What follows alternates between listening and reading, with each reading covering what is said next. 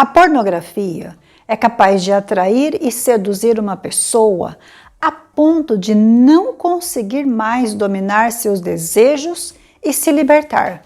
Caso você sofra ou conhece alguém sofrendo com a escravidão pecaminosa da imoralidade sexual e deseja ajudá-la, assista ao conteúdo deste vídeo.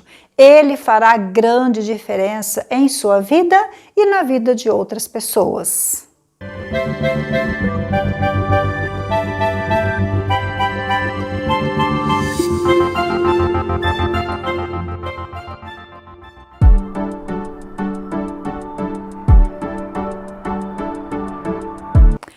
O assunto pornografia entre as mulheres cristãs paira sobre um profundo silêncio por detrás da placa. É proibido falar. Mas enquanto se cala sobre o assunto de pornografia cristã feminina, muitas mulheres estão presas e escravizadas ao vício sexual que as enclausura e angustia. Eu sou a Cléo Peixoto, conselheira bíblica.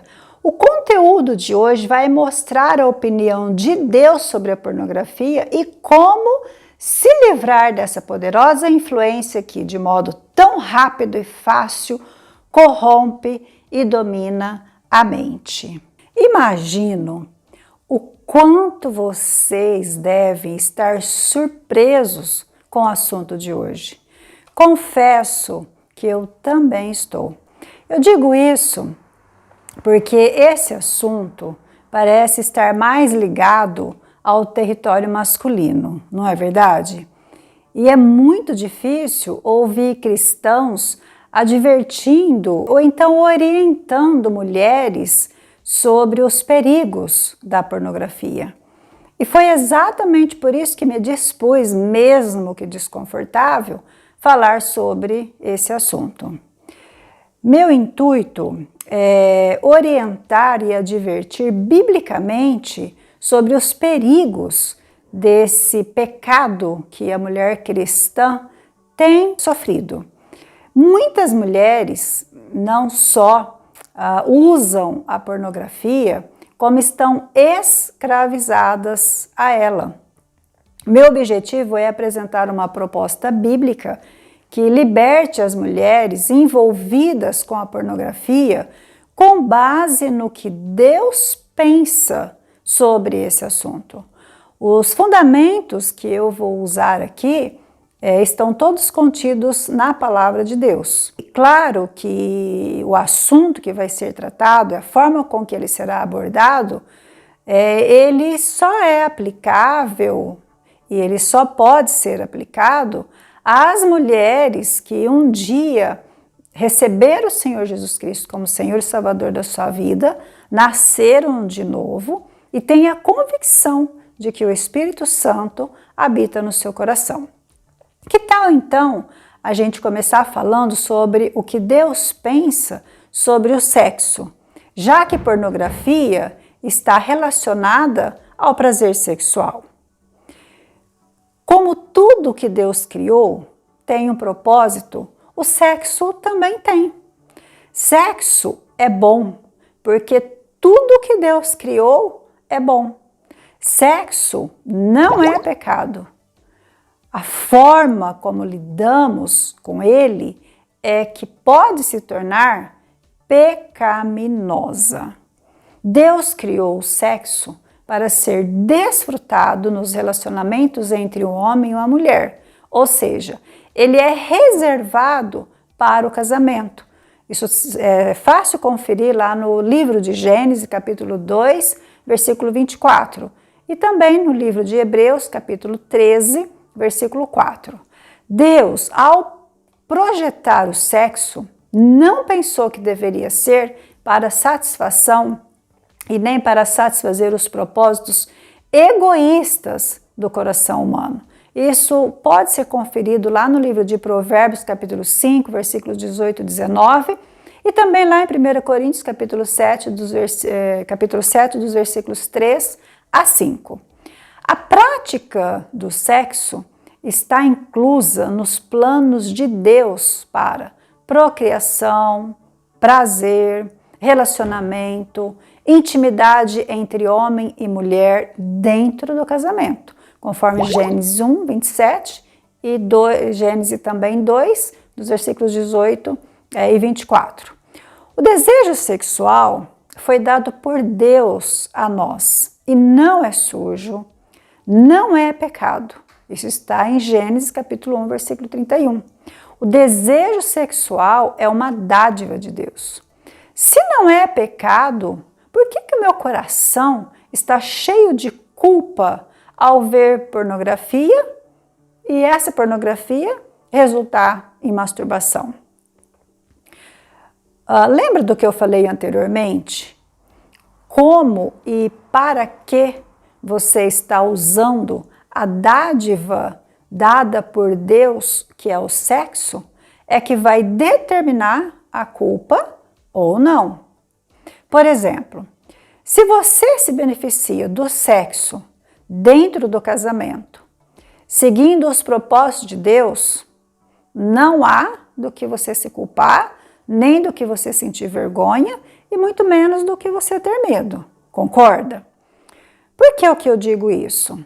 O ato de buscar o prazer sexual dentro da vontade e do propósito de Deus é agradável e glorifica o Criador do sexo. É um prazer totalmente aprovado e abençoado pelo Senhor.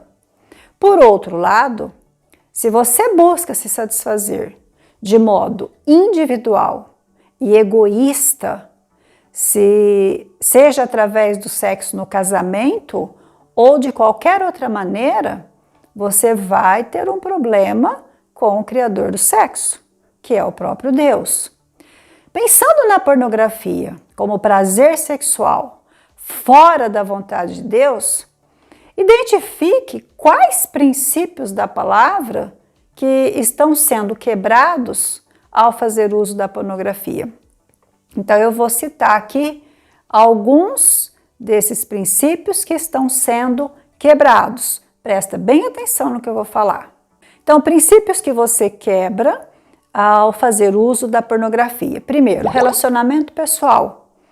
A pornografia, ela busca o prazer individual de modo egoísta, artificial e solitário. O prazer individual, egoísta e solitário no sexo não foi de forma nenhuma ideia nem intenção de Deus para o homem.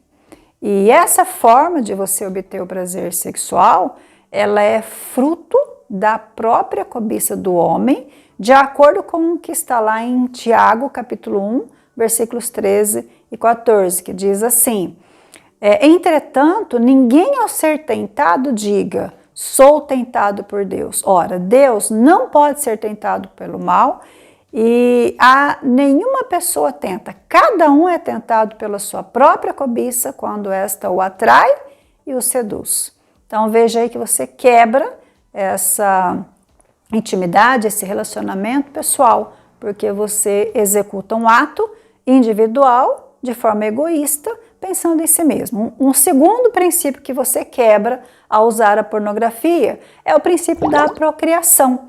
A pornografia, ela resulta em masturbação, o que nada tem a ver com o propósito de Deus, que é de espalhar a sua glória na terra através de seres humanos. Aqui vale uma ressalva, não é? Eu não estou aqui afirmando que toda relação sexual ela deve resultar em gerar filhos. Não, não é isso que eu estou dizendo. O que eu estou dizendo é que a masturbação não é fruto da obediência a Deus em relação aos propósitos da procriação. Um terceiro princípio que você quebra ao fazer uso da pornografia é quebrar a intimidade. O prazer sexual, de acordo com a vontade de Deus, ela é entre um homem e uma mulher para proporcionar para ambos a intimidade. Desfrutar de uma intimidade na unidade física, emocional e espiritual. E o uso da pornografia ele quebra esse princípio. Você consegue perceber que o problema com a pornografia não está no sentir ou deixar de sentir prazer, do prazer em si? Porque o prazer, ele é uma dádiva de Deus, ele foi dado por Deus. Deus nos dotou de sentir e ter o prazer. Então, ele é bom e ele é agradável. O problema é como e onde a mulher busca o prazer. Então, entenda por que a pornografia é pecado. Primeiro, a pornografia é pecado porque ela leva o crente a violar, a quebrar os preceitos de Deus. Usar a pornografia é uma desobediência, é uma rebeldia contra o próprio Deus, já que nós temos uma ordem clara a respeito do propósito do sexo dado por Deus. Ela também é imoral. A palavra pornografia, ela não é encontrada na Bíblia, mas no Novo Testamento é usada as variações do grego com a raiz porneia, que indica imoralidade sexual. Um outro aspecto, porque ela é pecado, ela perverte os propósitos de Deus para o sexo. Como nós já vimos anteriormente, a prática do sexo ela está inclusa nos planos de Deus para a procriação, prazer, relacionamento e intimidade entre um homem e uma mulher dentro do casamento. Isso está lá em Gênesis capítulo 1, versículos 22 e também 2, 18 e 24. Então, não faz parte dos propósitos de Deus que o sexo seja para satisfação pessoal, individual, de modo egoísta. Um outro aspecto, porque a pornografia é pecado, ela quebra a intimidade com Deus. Como assim? Ela traz o prazer, mas imediatamente ela traz a vergonha como consequência imediata. Ela também impõe a culpa e uma vida de esconderijo constante de Deus e das pessoas. Não vale a pena, né? Promove pensamentos impuros. A visualização de imagens e leituras que contêm nuances de pornografia faz com que essas imagens fiquem gravadas na memória. E essas imagens, elas vão retornando à nossa mente em qualquer hora e em qualquer lugar, trazendo turbulências, trazendo confusão no pensamento. E ter pensamentos impuros viola o mandamento de Filipenses 4:8, que diz o quê? Finalmente, irmãos, tudo que é verdadeiro, tudo que é puro, tudo que é amável, tudo que é de boa fama, tudo que é virtuoso, seja isso que ocupe o vosso pensamento. E o que acontece? A pornografia, ela suja o nosso pensamento e quebra esse padrão dado por Deus a nós. E a pornografia, ela exalta o eu e minimiza o próprio Deus no coração. Então, entenda que aquele momento que você está de frente com a pornografia, seja por meio de imagens, seja por meio de leituras sugestivas, aparentemente inocente, são momentos passados na presença de Deus, violando princípios e padrões de conduta e comportamento estabelecidos por Ele em relação ao prazer sexual. Nesse caso, a vergonha e a culpa não deveria ser pelo que as pessoas vão pensar a seu respeito, até porque elas não estão vendo os seus atos escondidos e solitários. Deus está sendo violado, violentamente ofendido como criador de algo tão belo e maravilhoso para ser desfrutado do jeito dele e para ele, na presença dele, sem medo e sem culpa. Se você luta com a pornografia e hoje entendeu que o seu pecado é contra Deus e você deseja se livrar disso para o resto da sua vida, escuta o que eu tenho para te dizer. Não se martirize acreditando em mentiras do tipo assim: ah, eu não sou crente. Veja, por que isso é mentira? Deus nos deu a garantia que, se crermos em Jesus Cristo como nosso único e suficiente Salvador, nós somos salvos. Foi Ele quem disse e foi Ele quem deu o Filho dele para morrer no nosso lugar. Isso está lá em João 3,36. Aquele que crê no Filho de Deus tem a vida, mas aquele que não crê no Filho de Deus, ele não verá a vida, mas ele permanece debaixo da ira de Deus. Então, não é verdade. A verdade é que se você um dia recebeu, aceitou o Senhor Jesus como Senhor e Salvador da sua vida, você é crente. Uma outra mentira que você pode estar acreditando: para mim não tem mais jeito, eu não aguento mais porque eu não consigo. Então, Deus é que opera em você tanto querer quanto realizar.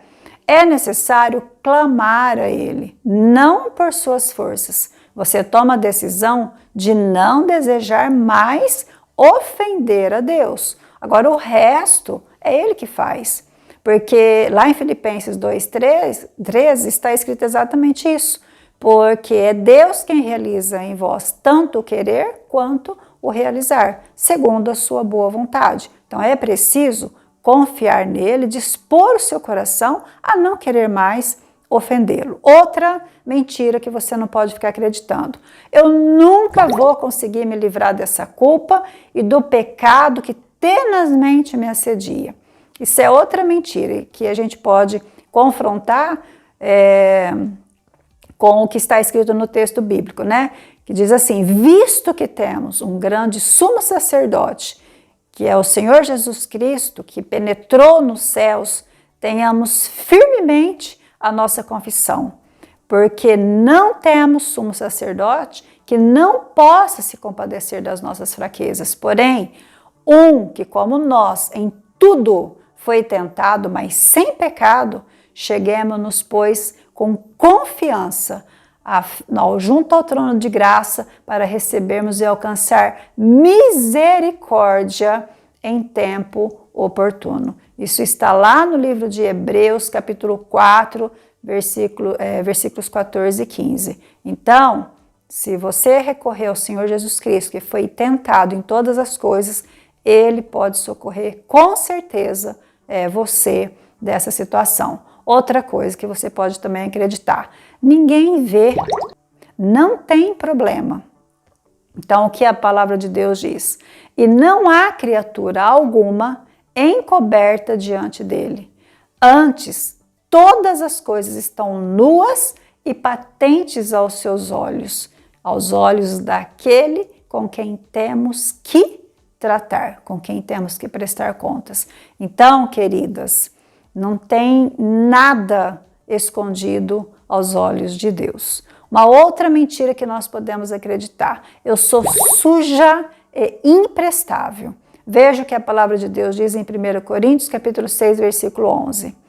Assim foram alguns de vocês, mas vocês foram lavados, foram santificados, foram justificados no nome do Senhor Jesus Cristo e no Espírito do nosso Deus. Queridas, se você aceitou Cristo como Senhor e Salvador da sua vida, você não é suja e você não é imprestável. Por quê? Porque você foi lavada e foi regenerada no sangue do Senhor Jesus Cristo. Então você precisa crer na seguinte verdade: você está liberta da punição e do domínio do pecado. Você entendeu? Você está liberta. Agora, se você está liberta, então o que você precisa aprender? Você precisa aprender a viver vitoriosamente sobre o pecado. E é exatamente isso que você vai aprender no nosso próximo vídeo: como não cair nas tentações do pecado de pornografia. Você receberá no próximo vídeo um passo a passo de como ficar livre para sempre da pornografia. Convide as suas amigas para assistir esse vídeo que nós acabamos de fazer aqui agora E também convide as suas amigas e também assista a continuidade, que é a parte 2, que terá a forma de solucionar as quedas constantes na pornografia. E ative o sininho, compartilhe. E para você que ainda não se inscreveu, está vendo aqui embaixo, está escrito em vermelho, inscrever-se. Vai aí, clica aí. Clicou, você já está inscrito. E também, né, se esse conteúdo ele te ajudou, você fazendo isso, você ativando o sininho, você compartilhando, dando o seu joinha, deixando o seu joinha, o que vai acontecer? Esse conteúdo ele vai se expandir e ele vai então ajudar muitas outras vidas. Olha, muito grata pela sua atenção, muito bom ter vocês aqui conosco. Continue até o nosso próximo encontro, onde nós vamos estar dando continuidade a esse assunto, apresentando propostas práticas e totalmente eficazes para solucionar essa sua dificuldade com a pornografia. Beijos, até mais!